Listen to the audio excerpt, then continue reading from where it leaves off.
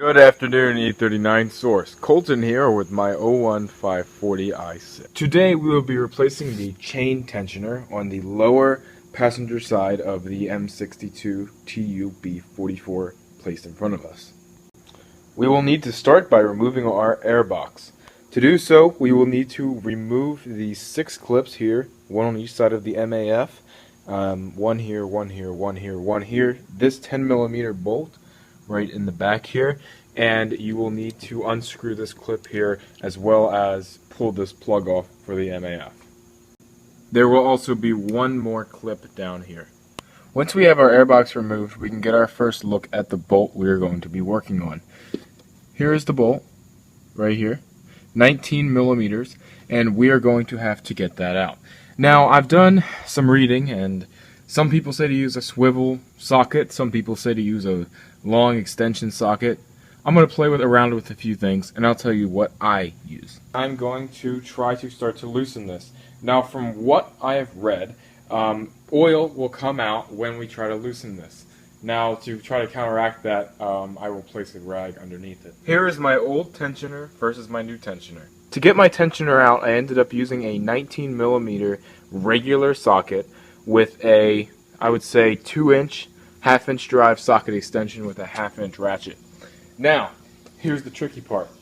What happens is, if you unscrew this too far, your ratchet cannot get past the frame rail for the car. So, what you have to do is you just have to break the tension on that with the ratchet, then remove the ratchet and just use the extension by hand to remove your chain tensioner the rest of the way. I would assume the same is to be said with reinstalling the chain tensioner inside the car.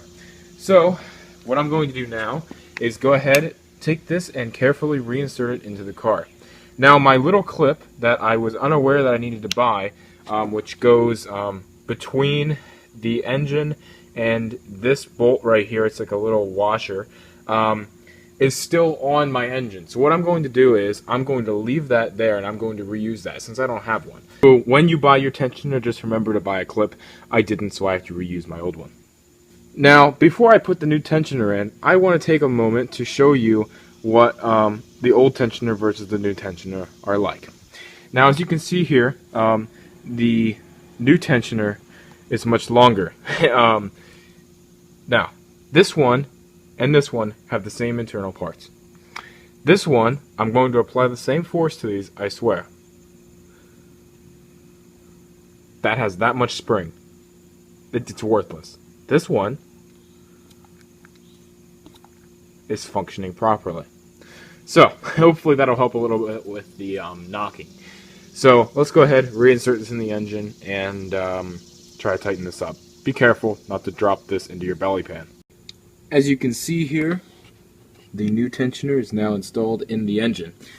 Here's a few quick tips, and this is what E39 Source is all about. When you're putting this in, do not use the socket.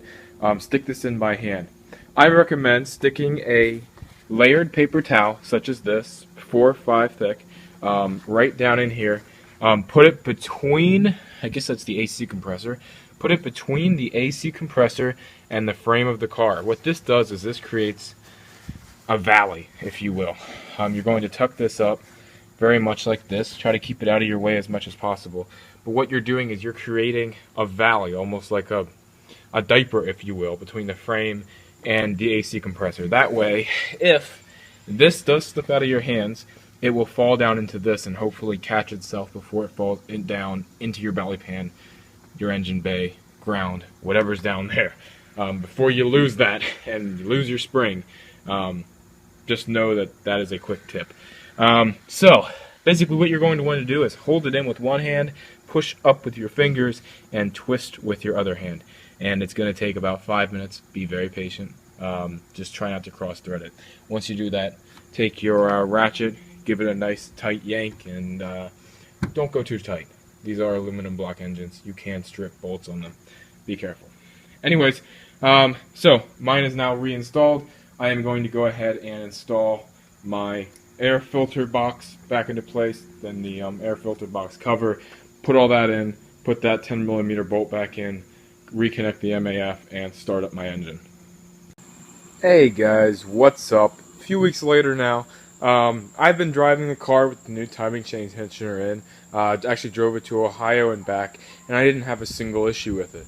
So I would say this is definitely a good upgrade for higher mileage engines. I definitely did notice some improvements with startup noise and actually noise and higher RPMs while the engine was running. So keep that in mind, and I will talk to you guys in my next E39 Source video. Hope you guys enjoyed. Thanks again. Bye-bye.